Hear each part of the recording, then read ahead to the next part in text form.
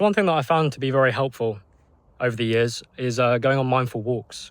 Now, I used to be someone that would basically fill any sort of gap with music. So whether I was walking, I'd be listening to music. If I was in my car, or if I was in someone else's car, because I couldn't drive back then, I'd be listening to music. And sort of now, every so often, not all the time, because, trying to stay busy and meeting friends and, life can be quite hectic. It's coming out on mindful walks. And that's just coming up by myself, not listening to music. And then I like to practice something I learned in cognitive behavioral therapy, which is the what, but I think it's like the what three. So what are three things I can see? What are three things I can hear? Or what are three things I can smell? So I can hear the crickets around me. I can hear the remainder of the birds going to sleep. And I can hear cars in the distance, which isn't as peaceful, but nonetheless, I can hear them. And then I can see trees. I can see grass. And I can see the moon if I look behind me. And then done what I can smell. What I can smell. I can smell some flowers, I think. I can smell the grass.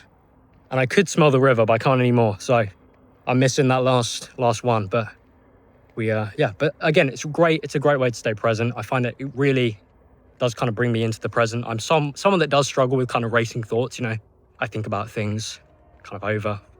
And one thing also that I think mindful walks also help with is sort of tasks that you put off. I'm a big one for burying my head in the sand. So if I have a task that I need doing, I'll bury my head in the sand and be like, I'll do it later. I'm busy right now. It's not important. Well, it is important, but I'll come back to it. And then, of course, I just try and stay as busy as possible to avoid those things, because they're uncomfortable, they're stressful, they maybe give you a bit of anxiety. So I find when I'm on these walks and I'm calm and I haven't got any distractions, I haven't got my phone, I haven't got my laptop, I haven't got people around me, I can think about them and normally come up with solutions. And this is not something that obviously I've just done. I haven't just created this myself. It's been used hundreds of years. It's very used in Stoicism, especially in cognitive behavioral therapy. I know that, a big part of therapy can also be going out and walking and just thinking about things, thinking them through. Sometimes it's easier to think when you're in motion, when you're moving.